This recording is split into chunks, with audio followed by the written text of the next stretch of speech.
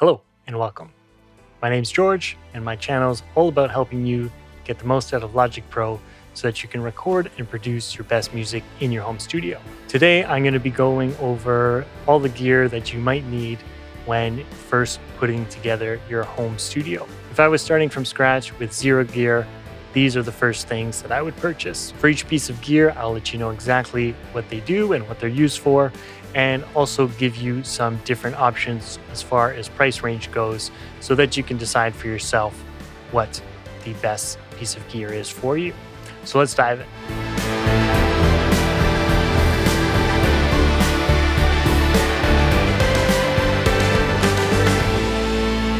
Before we start off, I'll just let you know quickly that I have all of this information packed in a gear guide that you can download for free, which is part of my Logic Pro starter pack. So if you're interested in that, there's a link in the description where you can go and download the gear guide. Now, the first thing you're going to need is a computer.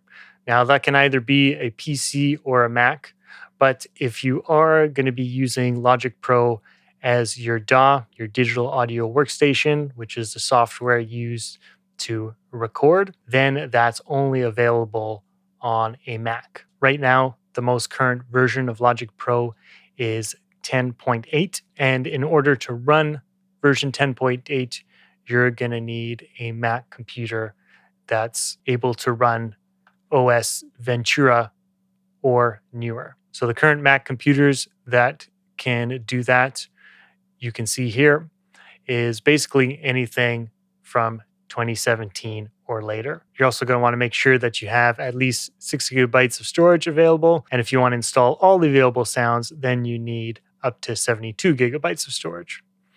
But this can be moved to an external hard drive as well. If you see yourself using a lot of tracks and a lot of software instruments, then I'd recommend getting as much RAM as you can. I'd say 16 gigabytes of RAM is a good starting place.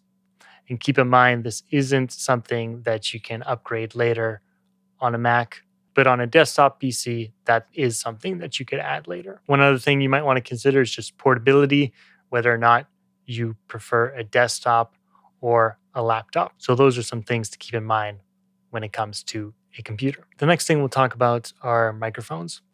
Now, if you're just going to get one microphone to start, I would recommend a large condenser microphone. These are going to be very versatile microphones that are going to allow you to record your voice, as well as stringed instruments like acoustic guitars and some brass instruments and saxes as well. So you're going to be able to use it in a lot of different applications. Now, one of the microphones that I recommend if you're starting out is this Rode NT1. And this is a large diaphragm condenser microphone with a cardioid pickup pattern, which means it's going to pick up sound from the front of the microphone and reject sound from the back and the sides. And it also comes with a mic stand and a pop screen. It also comes with a microphone cable and a case. So everything you need in a microphone to get started. Now, another option you can consider is the Rode NT2A. And this is a very similar microphone, but this has switchable polar patterns that you can see on these switches right here. So this allows you to change the pickup patterns of this microphone. So simply switching the switch here allows you to change how the microphone picks up the sound. So you have a cardioid pattern, which is the same as the Rode NT1, which pickups just from the front. And then you have a figure 8, which picks up from the front and back. And then Omni, which picks up all around, and which the Omni could be useful for a room mic when you want to pick up multiple sources at once. It also has a high pass filter, which lets you filter out the low frequencies. So this would be to eliminate any kind of low rumble in the room, which most of the time is not useful, and a pad. So this would be useful when you're recording louder instruments, let's say a drum set as drum overheads, or if you're using this recording a guitar amp, then you could use the pad to make sure you're not overloading your preamp. And again, this package here comes with a pop screen, a mic cable, and a microphone stand as well. So again, everything you need to get started. Now, if you're just going to be recording vocals and you're in a bit of a louder space and you want to cut down on some unwanted noise, then I recommend looking at a dynamic microphone. A Shure SM58 like this is a real popular option and also quite affordable. And this can also be used in a live setting as well. So if you sing live on stage, it's great to have your own mic that you can bring to gigs. So I'd recommend looking at one of these. Another option, primarily in the studio, would be the Shure SM7B, which is this mic that I'm using right now. So this is another great dynamic microphone that you can consider using. Now, the next thing we're going to need is an audio interface. And this is what's going to allow us to plug our microphone into and transfer that signal into our DAW on our computer. Now, the main thing you want to consider with an audio interface is how many microphone preamps you're going to need. And this is going to determine how many microphones you're going to be able to record simultaneously. So if you're just recording yourself, chances are you'll probably just need one or two microphone preamps, perhaps just recording your vocals, or maybe you want to record an acoustic guitar using two microphones, then you would use two preamps simultaneously. But for example, if you're a drummer or you want to record a whole band at once, then you're going to need to look at some more preamps, maybe as many as 8, maybe as many as 16. Another thing to think about is how many headphone outputs are you going to need? Again, if it's just you recording yourself, then you're probably just going to need the one headphone output. But if you're recording someone else and are more in an engineer producer type role, then you're probably going to need at least two, so that the person you're recording has their own set of headphones and you have your own set and can listen to what they're playing as well. If I was starting out and I just needed the two microphone preamps, well, then I'd be looking at this Motu M2. I've owned a few different Motu interfaces over the years, and I've always found the drivers to be rock solid and they support their interfaces for a long time, which is nice, especially with Apple when they're always updating their operating system. Sometimes some manufacturers will just stop supporting their hardware and you're left with a piece of gear that isn't really of any use to you if you can't run it on your computer. Now, if you're going to need additional preamps, then you can look at the M4 or the M6. The M6 is going to give you 4 preamps, but it also gives you 2 headphone outputs. So again, if you want to record someone else and listen yourself, then you can have 2 independent headphones for that. Another option in the similar price range is the Focusrite Scarlett. So the 2i2 is basically the same as the Motu M2, again with 2 preamps and 1 headphone output. Now, the next thing we're going to need to look at is monitoring and a way of actually hearing what we're recording. So while we're recording, we're going to need a set of headphones. Now, I wouldn't recommend Bluetooth headphones because those introduce a little bit of latency and you're going to get a little bit of delay of what you're hearing and what you're playing in real time.